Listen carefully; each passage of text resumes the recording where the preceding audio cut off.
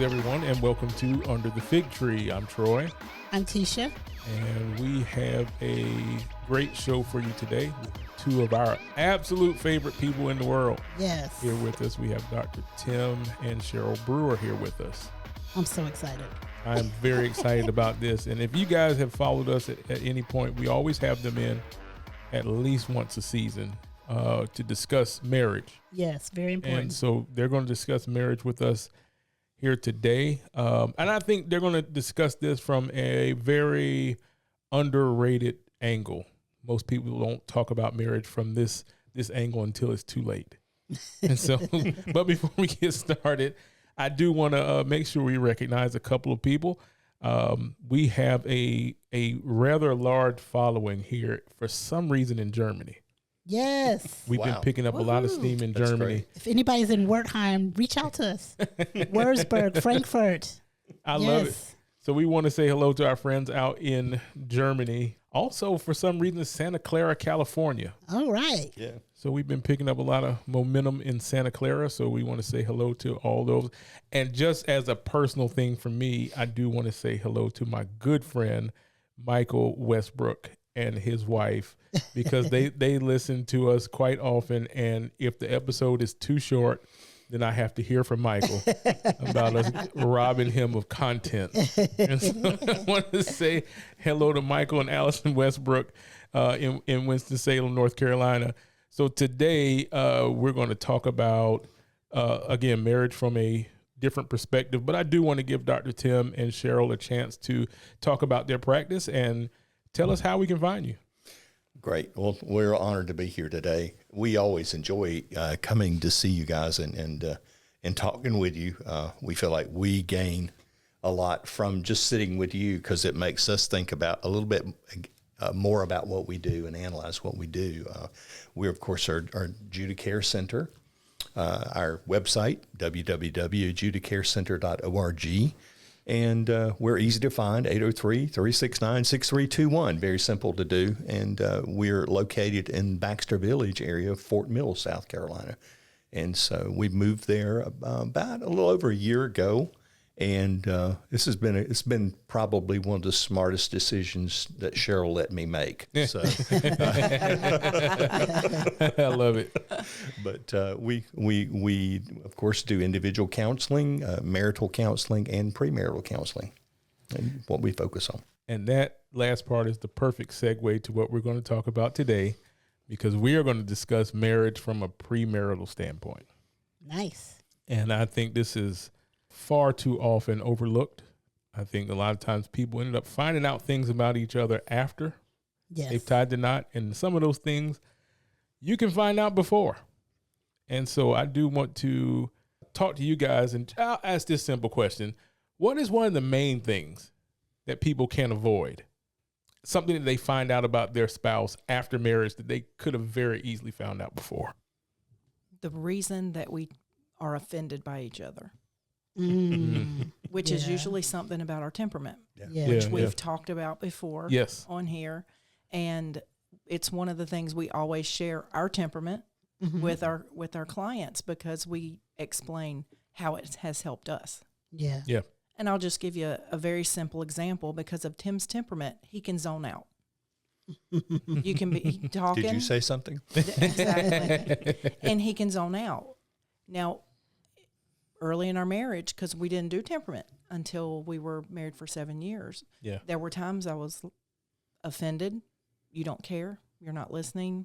Why aren't you paying attention? Mm-hmm. What are you, all of those things. But when I learned it was his temperament, changes everything. Yes. Yeah. Because it's not personal. Exactly. Yeah. He'll do it with everybody. Right. You don't care who you are. That's right. So I help him when we're in public and I see it happening. I'm like, okay, baby, let's reel you back in. But it makes it real easy. Like you said, it's not personal. Yeah. It's a part of his temperament. And I'll say, okay, honey, tell me where I lost you. Yes. Or he'll say, I went to fixing the problem 2 paragraphs ago. Right. And because it's not always that he's just doesn't care or zones out, but sometimes it takes him down the rabbit trail. Yes. Gotcha. Of fixing it. Yes. And so sometimes I have to, he's like, wait a minute, I lost you back at XYZ. Can you go back? That's awesome. So I have a question. What can a couple expect when they go to premarital counseling? And a caveat to that is, what should they look for? Because maybe everybody can't get to you. Our friends watching in different places can't get to you. Although they do online and Zoom. Yes, we okay. do. Mm-hmm. So that is an option. But what should they look for in a premarital counselor? You definitely want biblically based. Yes. That's the number one thing. And we highly recommend, if they don't do temperament, that they at least do something that is individualized about the person's temperament, about who they are, because when you know who you are, you understand why you respond the way you do, why you think the way you do. Yeah. It helps you just as an individual, but then what it does for you as a couple takes it to a whole nother level. Yes. And it also needs to be something that, I mean, it would be great to be a 1 or 2 and done, but you don't know people well enough in 1 or 2 sessions to help them enough. Right. Because we learn so much in the first few sessions. By the time we get to, because we typically do 6, by the time we get to the end, we can really talk to them. Yeah. Got it. And say, okay, this is with your temperament, with your history, this is what you guys have to be careful of. Right. And you can't do that on an in general basis with everybody if you don't know them. That's good. That's right. That's good. You know, we try to read them as much as we can with the intake document and that first session or so to kind of know where they're at. We believe in taking people at the point they're at and trying to move them forward. You know, our pastor talks about, you know, the chapter that you walk in on me. I might be in a different chapter than someone else might be. And so we try to take them from where they are at and try to move them along and help them mature a little bit. Because some of them don't have a great walk. They haven't done much. They haven't been exposed to, you know, what it is to grow in Christ and to good discipleship. They haven't been exposed to that. And so in a lot of ways, we're trying to help them have, you know, be able to make good decisions, be able to hear each other's heart, but also we want them to make sure that they're growing and that they're not going to stay in the same place. It's kind of like a minister's thing I see all the time. You can sit under anointed preaching and hear the word day after day after day, but what do you do with that? Yes. You know, what do you do with that? Yeah. And you know, we were just talking this week about a couple that we were working with, and it's like they've been to had a lot of stuff poured into them, you know, from like going to marriage conferences and things like that. But where were they in applying this thing? Right. You know, where are they, you know, what are you going to do with all this information? You get all this information, but you never progress. You never have an action plan. And so that's something that we're going to change within our practice. And Sheryl and I have been talking about how we're going to change this to try to make it even more effective. I was thinking about premarital counseling, and I have 2 daughters that I'm wanting to, you know, one day find the right person. And I'm just curious, what are you finding out there that's the biggest obstacle for premarital counseling? Like, what issues are coming up that maybe should be addressed when you're single that could help, you know, the marriage in the future? That's a good question. That's a great question. I would say number one thing that pops into my head when you say that is expectation. Mm-hmm. Wow. Because we build expectations from so many things, from our parents, from what we've seen there, from friends and family, from TV, from books, from music, all social media. So what of those expectations are real? Mm-hmm. What are beyond reality? And what aren't really suited for you? It might look great in a movie, but that's not reality. Yeah. It's not going to happen that way. Yeah. Hallmark Channel has messed us all up. Everybody, you Big are time. so right. Yes. But if they can get their expectations in focus before, then you're not already coming in disappointed Yeah. to start with. That's good. I like that. I think one of my questions, and you already just asked one of my questions, so I just marked that off my list. But the other one of my questions is, and I'm probably putting you on the spot, but is there a statistic, a correlation between the lack of premarital counseling and the divorce rate? Yes. Okay. I couldn't quote you right now what it is. I haven't seen recent, but it is significant that you've got preparation for marriage, because it helps you with, like Cheryl's talking about, expectations. The thing I like about it is they learn each other's heart. Yeah. And it helps in the communication area, because if I hear things that are coming out of them that's not consistent with their heart, it tells me I need to be asking questions.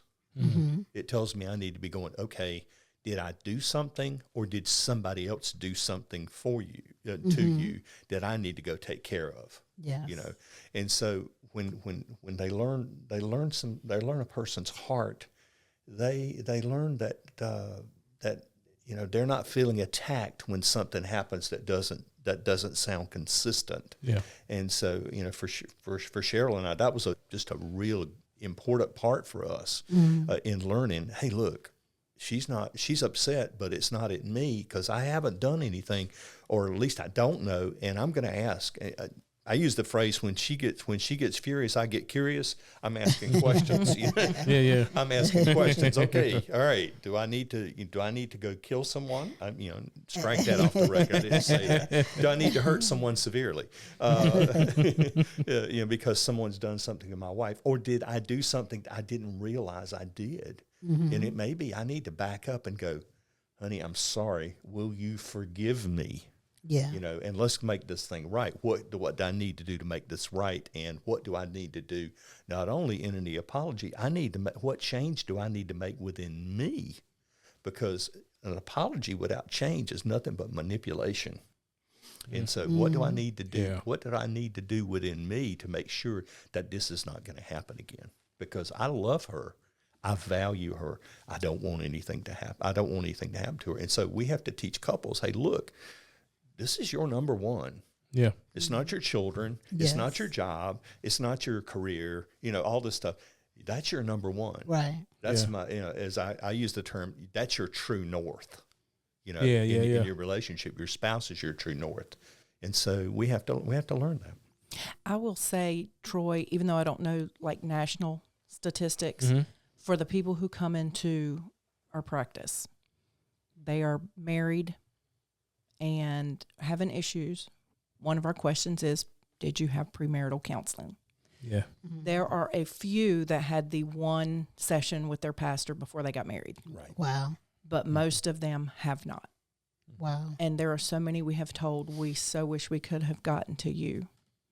We would have saved you a lot of pain, because so much of this could have been avoided.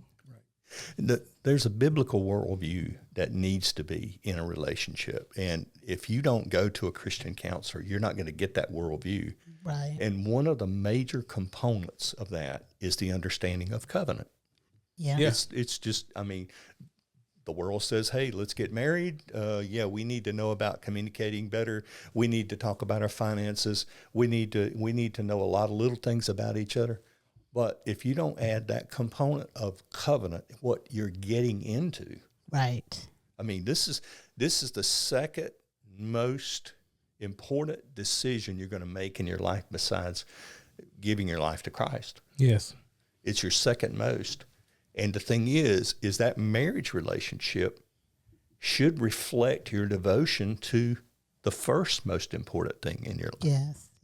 Yes. I have a responsibility when I'm married to her to glorify Him through my relationship. And if my relationship doesn't keep getting better, there's a problem. There's a problem with your salvation, I really believe, in a lot of ways. And I know that's hard and that's harsh, but my relationship in both of those areas have got to constantly grow. Yeah. I think because I had just taken a note here about covenant, and then you started talking about it, so that's perfect. I'm surprised how many people have actually come to us to talk about their marriage, and when we talk about covenant, they have no idea what covenant is.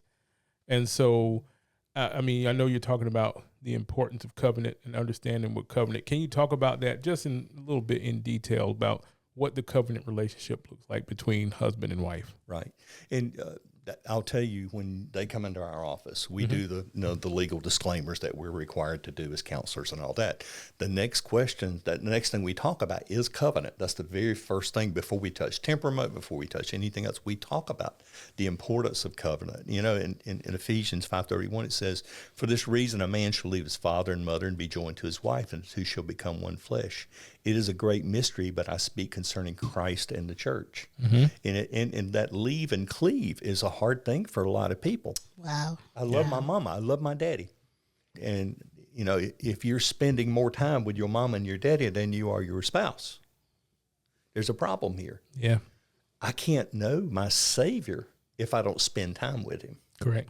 I don't know his voice. He talks about his sheep knows his voice. I can't know his voice if I don't spend time with him. Yeah. I can't know my wife's heart if I don't spend time with her. Right. And that means that it doesn't mean that I don't love my parents, but it means that my new most important relationship is with my spouse. Right. And also, and we tell folks this all the time, when you're having problems, don't go to your parents. Yes. Oh, yeah. Don't go to your parents and tell them you're having problems, because what happens is you're going to work these things out, and they're going to sit there with prejudices going, "What are you doing to my little girl? What are you doing to my little boy?" You know, and holidays, all of a sudden, there's an awkwardness at holidays, and times you get together and you kind of go, "What's going on? This is weird." You created that problem, you know. Go to your spouse and work that thing out. Go find some good counselors and sit down and help you, a minister, whatever, if you need that. But don't take that to everybody else. But that leaving and cleaving is an important part that we talk about with that. And we talk about, you know, there's three real components to marriage: covenant, commitment, and trust. All of those things have to be in there. Yeah. And, you know, when I get long-winded, I start talking about David and Jonathan, you know, and how the importance of their relation, that unconditional love that they had, and how they did exchanges. That's kind of how we, that's why we exchange rings. There was an exchange there, you know, in that love relationship. But the thing is we talk about the difference between covenant and contract, you know, and how that contract is for a specific time frame. Yeah. Okay. Covenant is for life. Yeah. We talk about, you know, how that contract has a limited liability, and in covenant there's no liability. Yeah. Okay. And we talk about how the contract it's based on the strength of the parties to hold the thing together.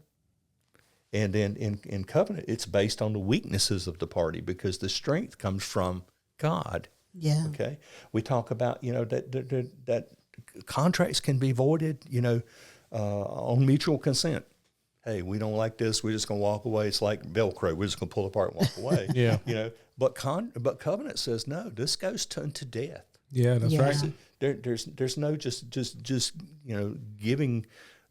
Just giving some relation, just giving some feelings, and then all of a sudden I'm just going to go away and walk away. That's not it. Right. You know, and so we have to understand, you know, we talk about the importance of understanding that you are doing a very serious thing here. You're not just getting married because it feels good. You know, and I think that's important, because whether you know it or not, there's laws at work.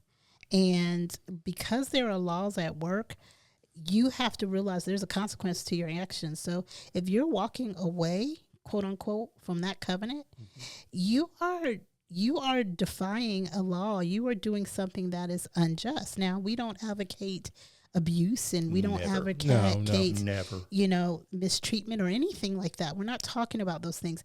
But I'm talking about being able to understand that you are entering something that God has put up very high under his blood covenant.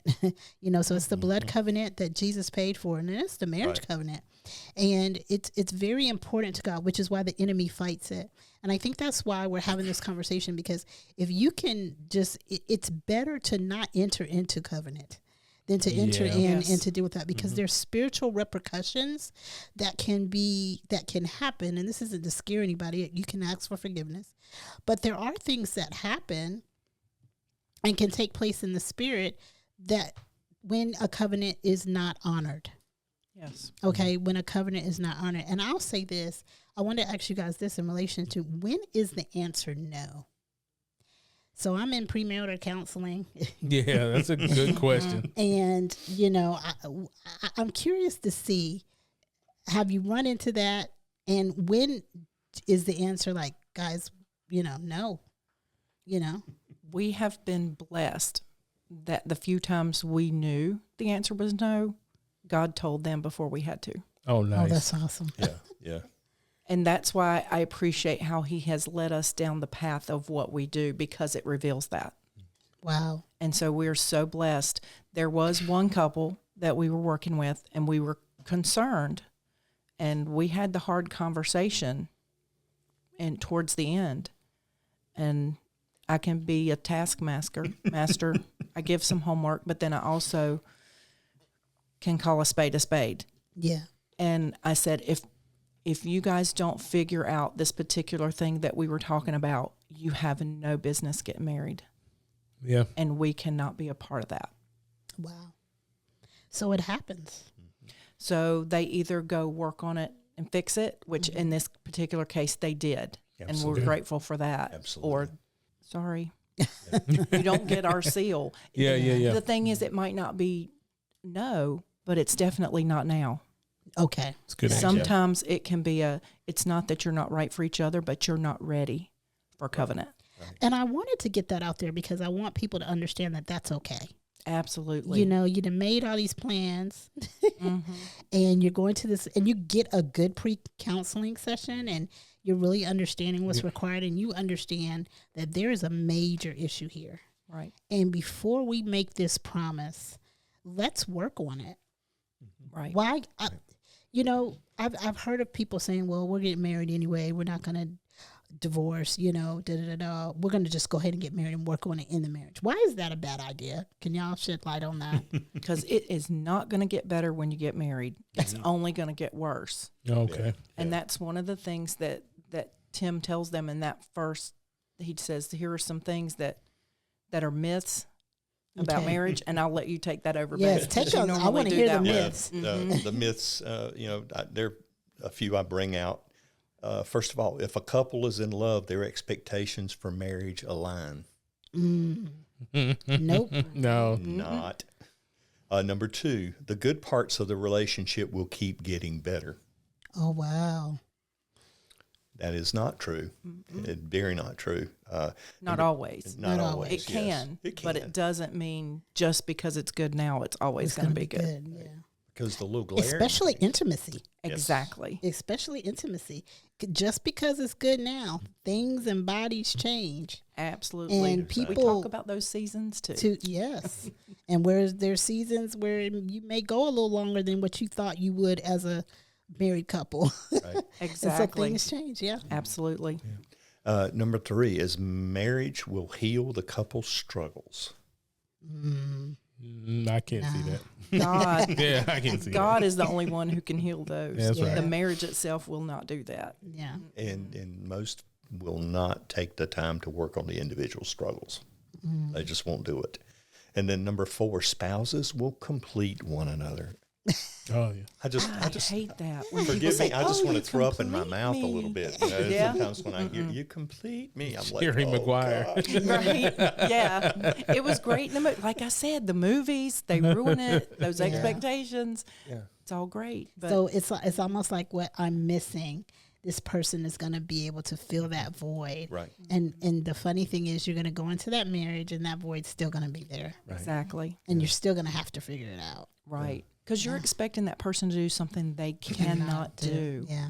And then you're going to be, it's all going to be their fault in your mind that they didn't meet all those expectations and everything they did maybe in the beginning in that honeymoon stage where we're selling ourselves. Yeah. I mean, it's nothing wrong with that. We all do that. You're putting your best foot forward. You're giving your best conversations.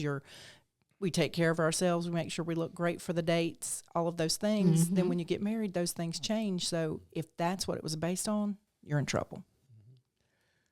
I like it. I got a couple areas that I did want to look at. One of them, so I got 4 areas. Okay. Okay. Possibly 5. We'll Possibly 5. So let me start with this one. Conflict resolution, right? Because I think that's one of the biggest things that happens in marriage. You're going to have conflict. Absolutely. I'm of this mind, and correct me if I'm wrong, please. I tell young folks, before you get married, you and that person need to argue a few times. Before. Absolutely. I just believe that. You need to have a good argument too. Maybe a couple of them, you know, and they look at me like, why? Well, you need to know how that person's going to behave. That's you know, very good. During those arguments and stuff like that. And the reason why you need some other arguments after that is you need to see if that person's going to bring up the first argument. Absolutely. When you have the subsequent arguments. Yeah. Right? To me, that makes sense. Yes. But as your approach to premarital conflict resolution, what are some tips that you give to some of the people, not just younger people, but people in general, when it comes to conflict resolution? One of the things that we encourage folks is to don't rush into this thing quickly. Go through some seasons with that person. You need some time. You need to see how they react to different times, different seasons, different conflicts that happen in their personal lives, how they handle it. You need to have a track record with them instead of just jumping in, oh, we're just in love. Oh, I can't wait. You know, that kind of thing. You need to have some time with them and see that. But that's one thing that I would encourage them with that. We definitely, one of the things that helps, of course, and we always go back to temperament, because when you learn why you react the way you react, how you make decisions can help you understand how do we deal with each other when we have conflict. Yeah. Because that makes a big difference. And we definitely want them to, some people think that knowing their weaknesses in their temperament means that's my ticket. You know, that's who I am. Oh, yeah. That's what you get. Take it or leave it. Yeah. That doesn't work. That doesn't fly with us. Tim kicks out crutches. That's what he calls those. Those are crutches, and he'll kick them out. Because the reason of learning that is to be flowing in your strengths, not your weaknesses. You need to be aware, because then you know what your tendencies are. Mine is anger with my temperament. And the Lord helped me with my anger before I even became a Christian, and then before I met Tim. And he always says, thank you, Jesus. Yeah, absolutely. Because he hears stories of anger that comes because of my temperament that I leaned into. I can't use that as a crutch. Yeah. And I can't get angry in a situation, in a conversation, and then say, well, honey, you just know it's my temperament.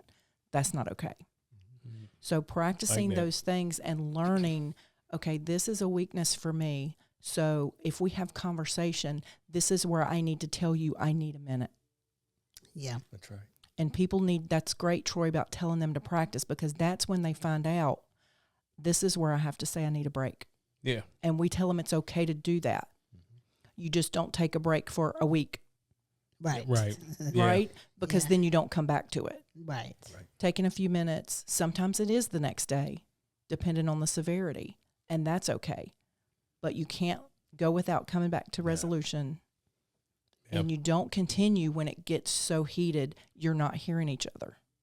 And all you're doing is hurting each other verbally over and over and over again. Mm-hmm. Then you have a whole another set of situations to deal with, because now you have the pain of what came out during your disagreement compared to what you even started to argue about. Yeah.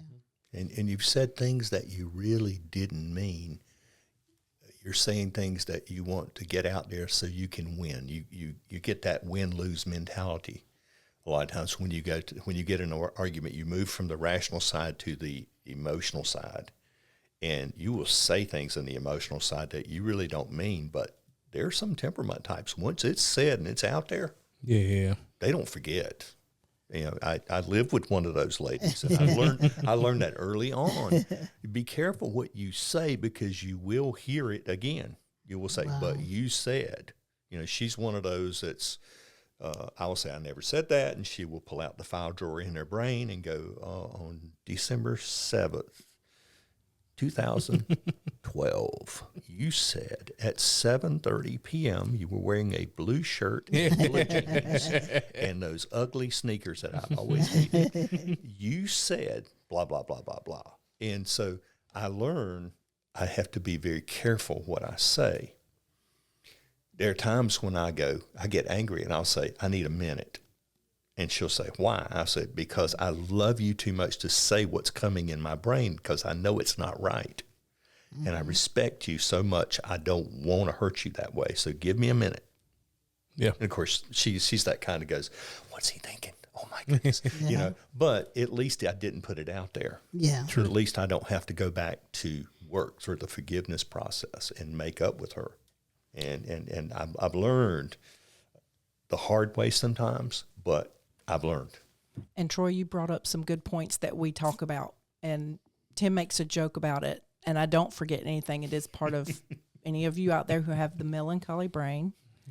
You understand, it doesn't mean you want to remember. You would love to forget a lot of things. We'd love to forget it, yeah. Exactly, yes. But you can't.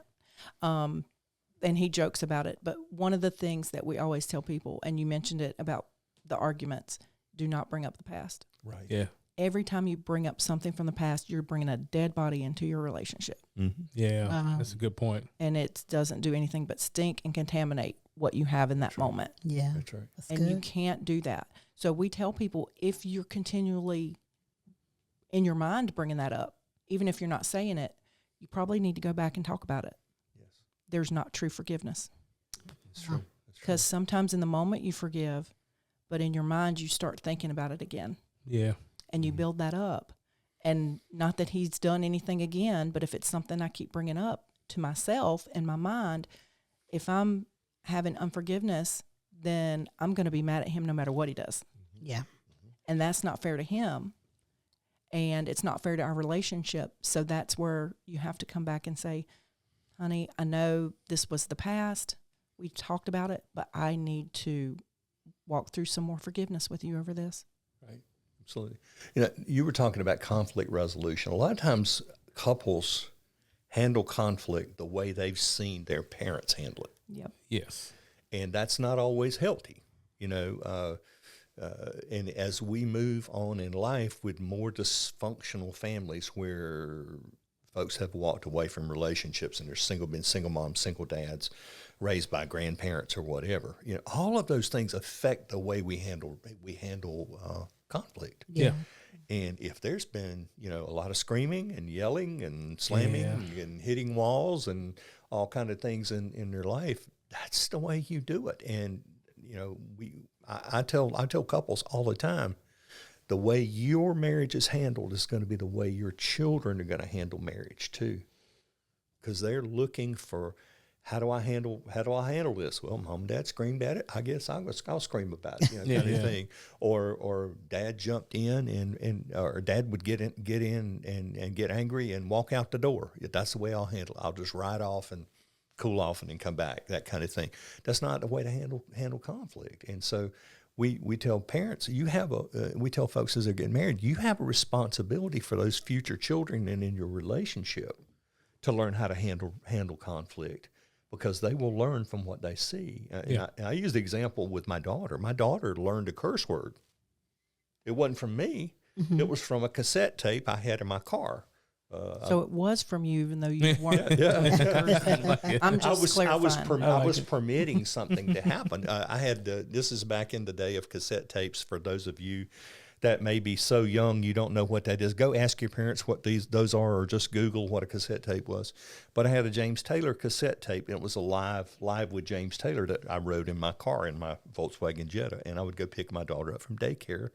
And she would jump in the back seat, and I'd strap her in, and we'd, you know, her little 5-year-old self, and driving her home, and we'd sit there listening to this song, and it had a spot at the very end where the song ended, and he did this little soliloquy at the end, and there was one word that just popped right in there. And I heard that come right straight. Just as soon as he said it, she said it. And I said, Audrey, hang on a minute.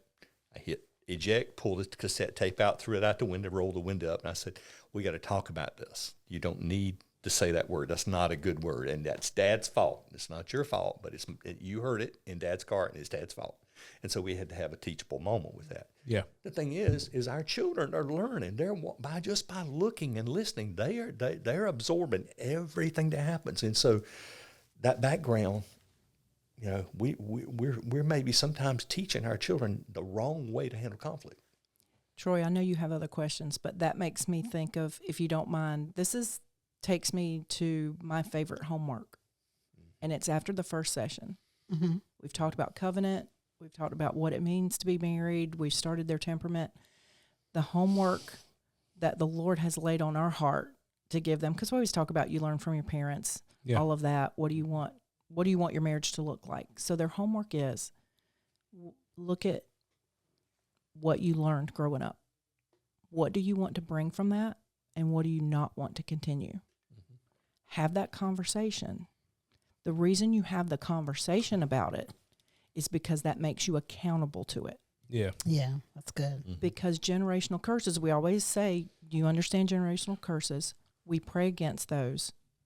But I think we are as accountable for them as our parents, in that if we don't talk about it, if we don't declare what our marriage will be and what our marriage won't be, then we are speaking that into existence in our marriage. That's good stuff. That is good stuff. Mm-hmm. Yeah, I think so. When you talk about family, that's going to be a segue into the next question. What is the role? What do you advise when it comes to family? And what I mean by this is, in the premarital counseling sessions, how often are family situations, like future family situations, brought into the session? Do you encourage couples to say, hey, mama gets sick and she's got to have somewhere to stay? Mm-hmm. You know, why do we need to wait until mama gets sick to figure out where we're going? How often does that come into play? And, you know, different family situations like that. Right. What is our role as a couple? Right. We talk a lot about what things to look forward and think about. Mm-hmm. We talk to them about duties within the house. Hey, you know, 2 months down the road, the toilet is completely black because mom cleaned it at my house and your mom cleaned it at your house. One of us has got to decide who's going to do that. You know, we talk about family roles, but we also want them to look forward and look at things like holidays and things like that. You know, hey, how are you going to spend Thanksgiving? Where are you going to spend Thanksgiving? Where are you going to spend Christmas? How are you going to do that? But we also tell them, hey, look, one thing it says is, you know, by doing that, you are being an honorable child. Yep. By talking about these things earlier and saying, hey, look, we're having to navigate, just like you guys had to navigate years ago, how you were going to do that. We're having to navigate this now. So how are we going to do that? And we want to be respectful. And we wanted you to think about it, us to think about it ahead of time, talk about it. But we just bring up that simple scripture: honor your father and mother so that your days will be long upon the land. That's good. It didn't say whether you loved them. Right. No. It didn't say whether they loved you. It said do it. Yes. True. And that's one of the things when we're talking about, especially when we go into the area of finances, because that's our fifth session, is the area of finances. We talk about, you know, hey, look, how are we going to handle our parents in their old age? That's one of our questions we ask. Oh, nice. You know, how we do that. And you know, if they end up having to live with us, we will do what we need to do. We're going to make sure we take care of them as long as we can physically handle it. There's sometimes where there's debilitating diseases where you cannot handle your parents. Right. It just happens. But as long as you possibly can do that, we believe we need to do that. But then again, we're still keeping good boundaries.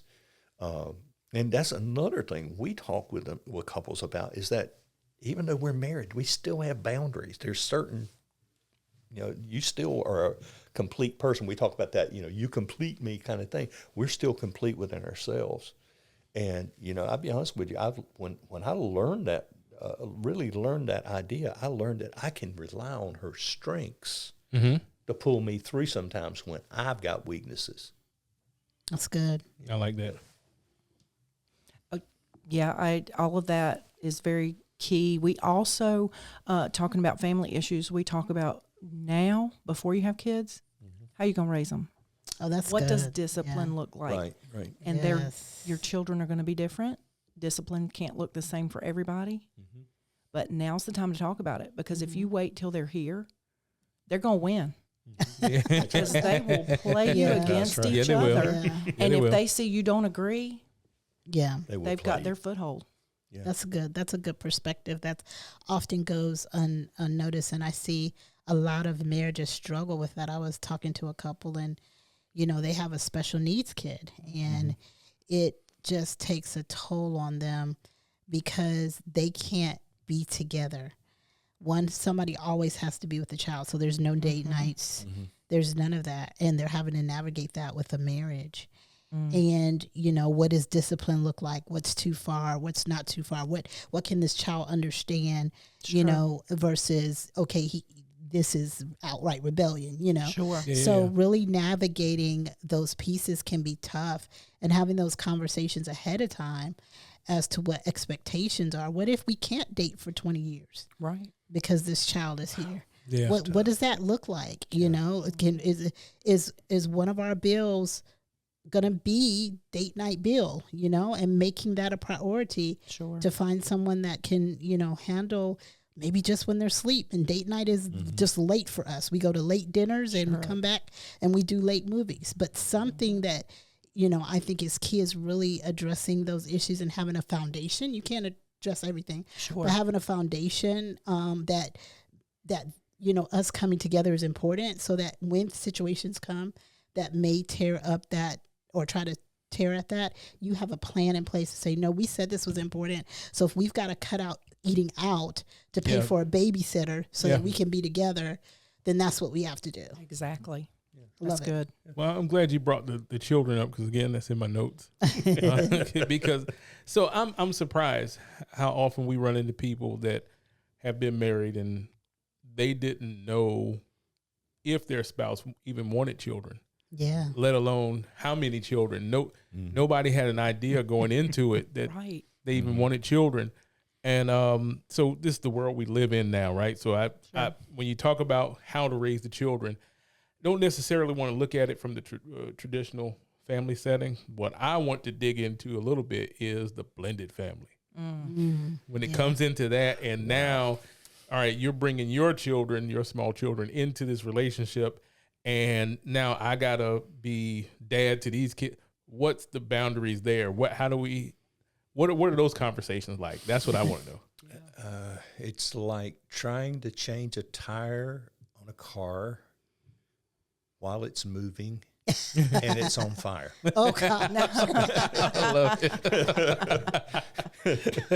That's when we were talking back during COVID, we were talking, I talked, of course, my background's education and teaching and all that. And somebody was asking me, how is it for teachers right now? And that was the description that I gave them. And they were like, really? I said, yeah, this is difficult because they're navigating something they've never been prepared for. In fact, none of us have ever been prepared for doing anything like Zoom sessions for teaching and all of that.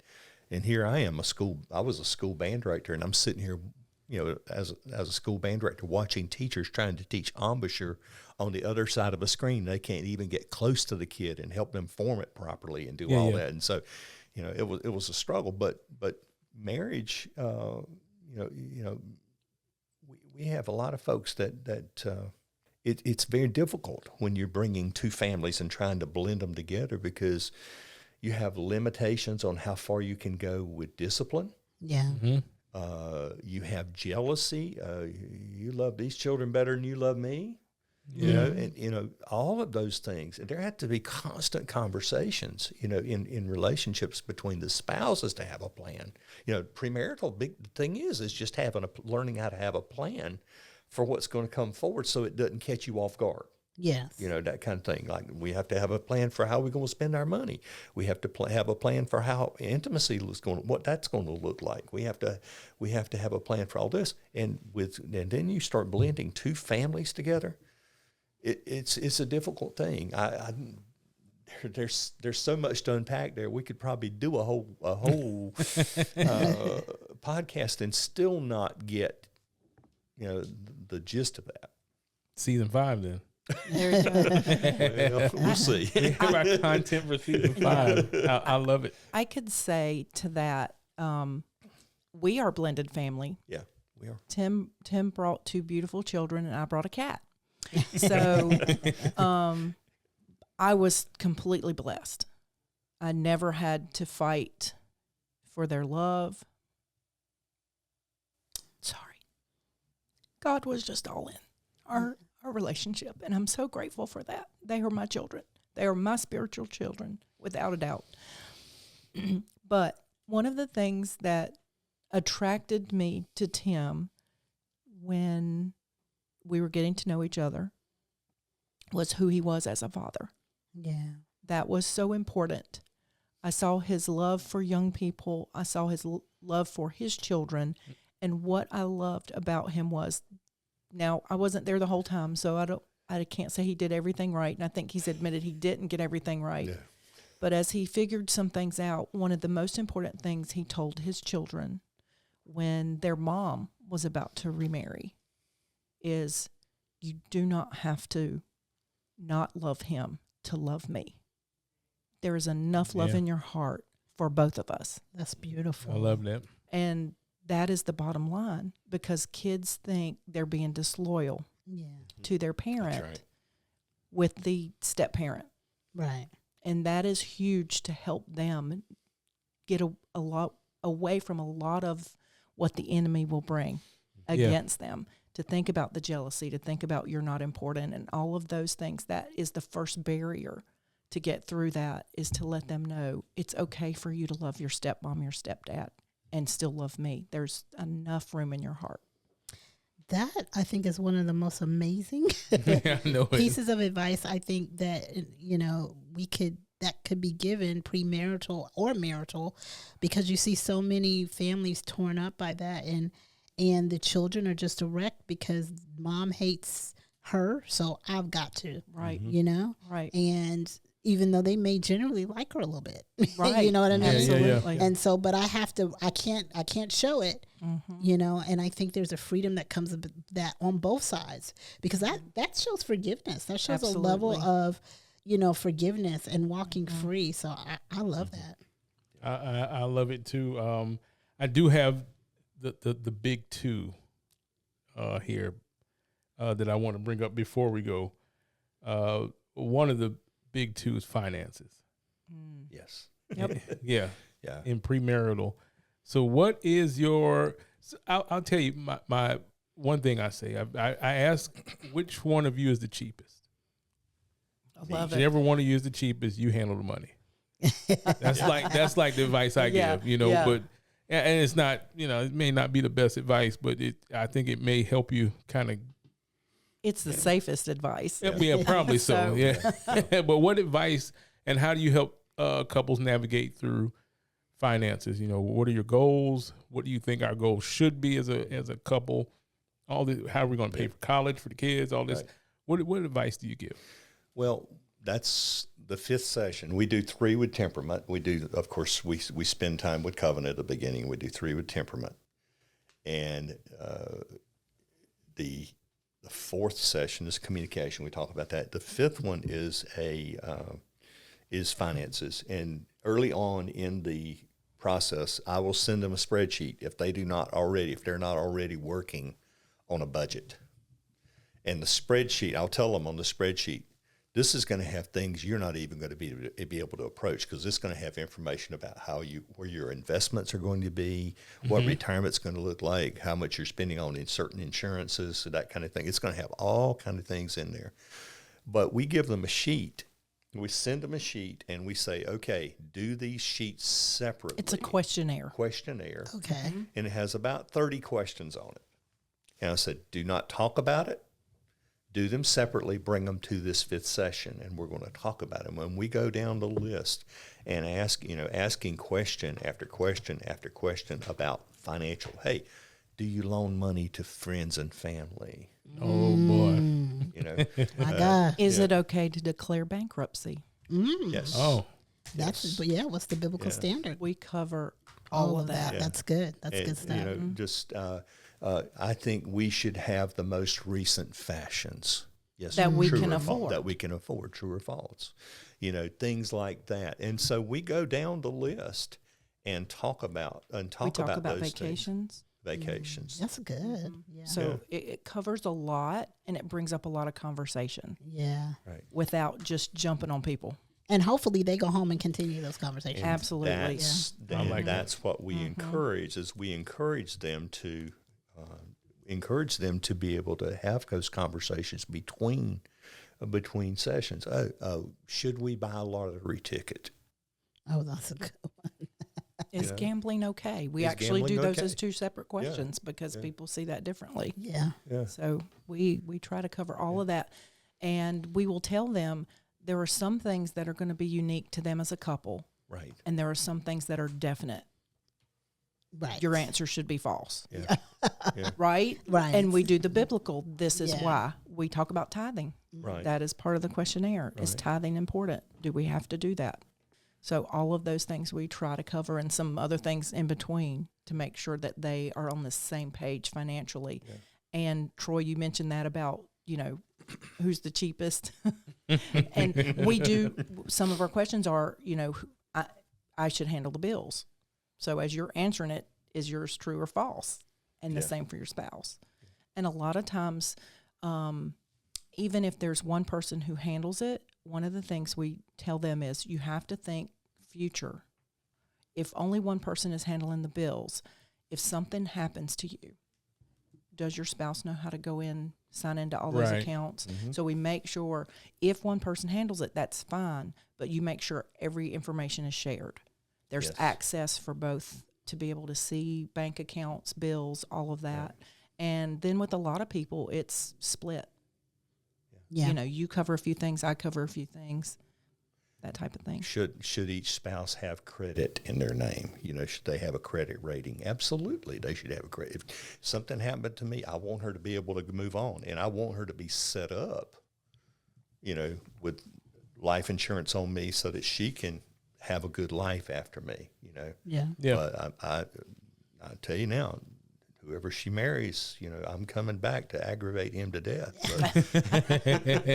I'm not. I'm going to be in heaven dancing around the throne, holding a seat for her when she finally gets there. But we have to look at those things. How are we going to and the big thing now with couples, a lot of them are coming out of school with a lot of student loan debt. Yeah. Mm-hmm. And so they got to learn how to budget.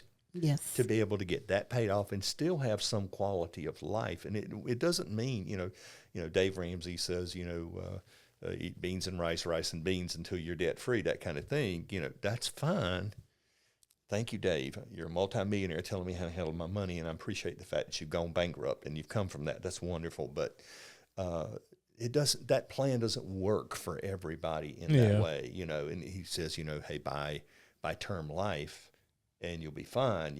Well, term life is great, but a lot of folks don't hear that next part. He says, invest the overage, because you got to pay yourself for down later on in life. A lot of folks don't hear that last part there, but we tell them, hey, look, you've got to be careful. You got to be careful with your money.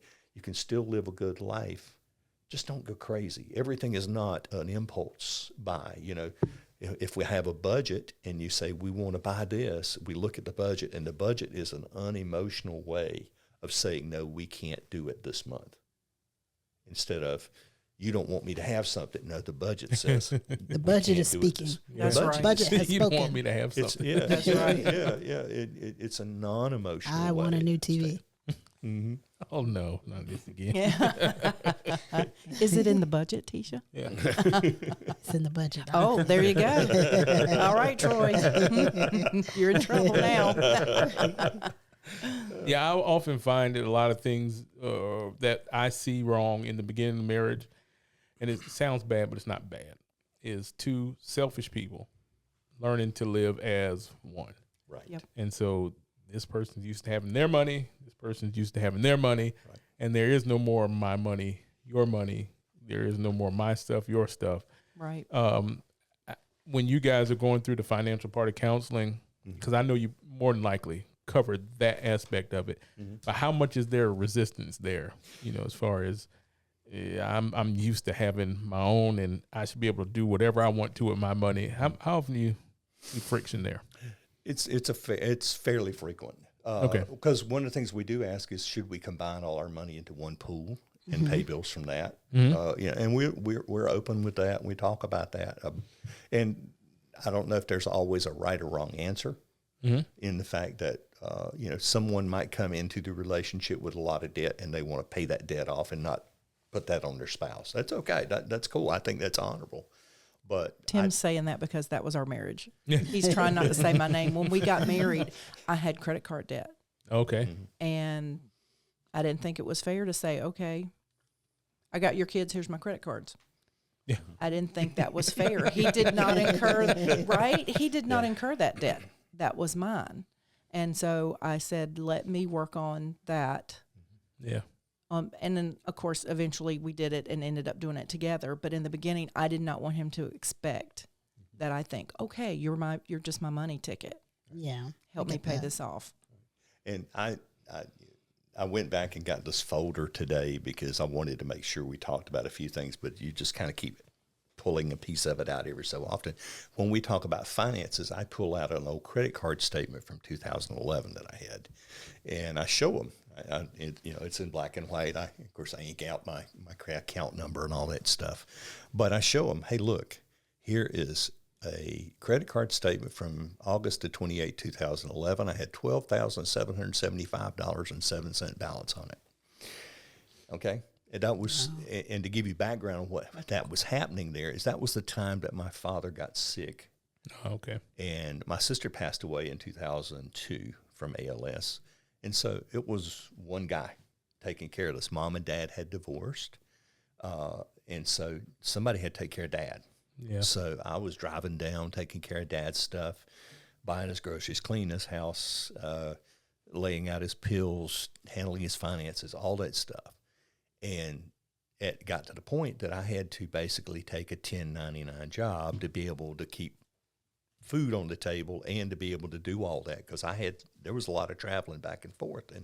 And so I racked up some credit card debt. God blessed us during that time in that we never went hungry. Our bills were always paid.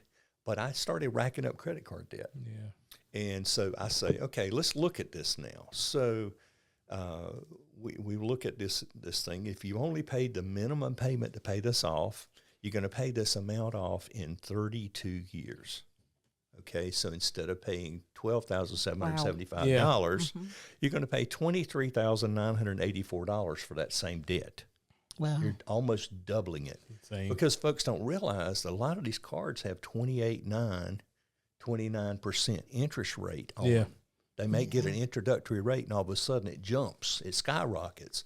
And then the minimum, the minimum payment due was only $255. Yeah, we can handle that. But do I want 32 years of that? I don't think so. Yeah. And so we have to learn that, and I show it to them. I say, here, look at it. You can see that. So do you want to be strapped with that? How long do you want to be strapped with that debt? That's going to keep you from buying a house. Yeah. That's going to keep you from getting another car. That's going to keep you from being able to live a good life with your children. Is that what you want to do? So you want to think about incurring credit card debt and not letting that build up. And there are folks who their eyes just get big. They start thinking about that. Go, oh gosh, I got $26,000 worth of student loans. And I'm like, so think about it that way. You got to be careful how you spend your money. So that's one of the big two.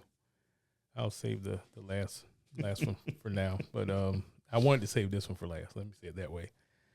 The other one is intimacy. Knew that was coming. Oh yeah, I believe it is the number or the top two reasons why marriage is in is because of money and because of intimacy. So when you're talking intimacy with these couples, where do you start? That is also a questionnaire Oh, that we send out. Okay, got you. Because we want to cover all areas, or like I shouldn't say that. We want to touch on as much as we can. Okay. And this is one area we feel like that as Christians, the church has let people down. Yeah. Okay. Because for the most part, in premarital, you don't talk about it. Yeah. It wasn't talked about in our premarital. No. it wasn't mentioned at all. And just because we were older doesn't mean that we didn't need to have certain conversations. Yeah. Right. Yeah. Right? So in our questionnaire, it talks about, is pornography okay? I don't know how much I can say here. We just talk about how many things are okay and how many things are not. Right. That maybe the world makes you think is okay. Yeah. And then, of course, we go back to the Bible. Yeah. Yeah. And say, this is why it's not, this is why it is. And, of course, sometimes in relationships, we have to tell them in advance, don't pull out the scripture. Okay, your body's mine, so I get to do whatever I want. Yes. You better obey that. Yeah. You know, kind of like how people pull out the submit and beat you with it. Yep. And that's a whole nother area, because I totally believe in gosh. submitting, Yes. but only when my husband's godly. Come And- on. That's it. And true. we can talk about that another time. Another time. But people will bring out the scriptures, you know, and Tim will talk about, you know, abstaining for a while, that you both agree when it's Yep. talking about the fasting. And he says that's the only time. That's it. Otherwise, you need to have those conversations. It all comes back to the conversation. We talk about, is it okay to do things that my spouse isn't comfortable with? Absolutely not. No. Right. But we talk about all of those things. That's Yes. good. That's good counseling. So That's really good counseling. if you're out there and you're thinking about getting married, you need to hit up Dr. Tim and Dr. Cheryl and really, you know, get down and deep and enter this marriage situation aware and armed and ready for the enemy, because they're really tearing down a lot of what the enemy does in marriage. So I love that. Well, I know the physical attraction and the prospect of intimacy draws a lot of people to marriage, right? Sure. So Absolutely. Yeah. do you guys talk about that too? You know, like, why are you really doing this? You know, is that something that comes up during these, or Especially in Christian circles. yeah? Because Yeah. I know what, you know, they'll use that passage. It's better to marry than to burn. with passion. Yeah. Yeah. And I'm like, yeah, okay, I got you, but you might start a train wreck by doing that. That's right. That's right. And you know, we can't say the things that we normally say Oh, absolutely. on the podcast. Right. Yeah. But we sometimes we refer to that last session as the red face session, because we have to broach certain things, and this is not to scare anybody, but I want you to be. If I'm going to send you into battle as a military person, I want you fully trained on every scenario, so that you're not operating emotionally. You know, that's one the cool thing about military is you learn under certain scenarios you do this, and in this scenario you do this, so there's no emotion involved. I know if that happens, this is what we're going to do. There's a plan. And unfortunately, when we go into relationships, you know, for premarital, we don't have a plan. Yeah. And so everything catches us off guard. We move from the emotional side of the brain to the from the logical side of the brain to the emotional side of the brain, and we're doing all kind of crazy things. And so when we talk, you know, about intimacy, we want them to talk about it. You know, we want them to understand there's certain things that are good and certain things that are not good, and we use the example of how you will go through seasons. Hormones will change when children come. There's a change in who you are, and there's a change in how do we handle that. All of a sudden, it was us, and then there's somebody in the middle of us, and how do we keep that thing alive when the kids come? Right. There's a way of making that priority, but it doesn't mean that I'm going to compromise. It means that I sacrifice for my spouse because I love them. Yeah. And to God broach on that just a little bit, Yeah.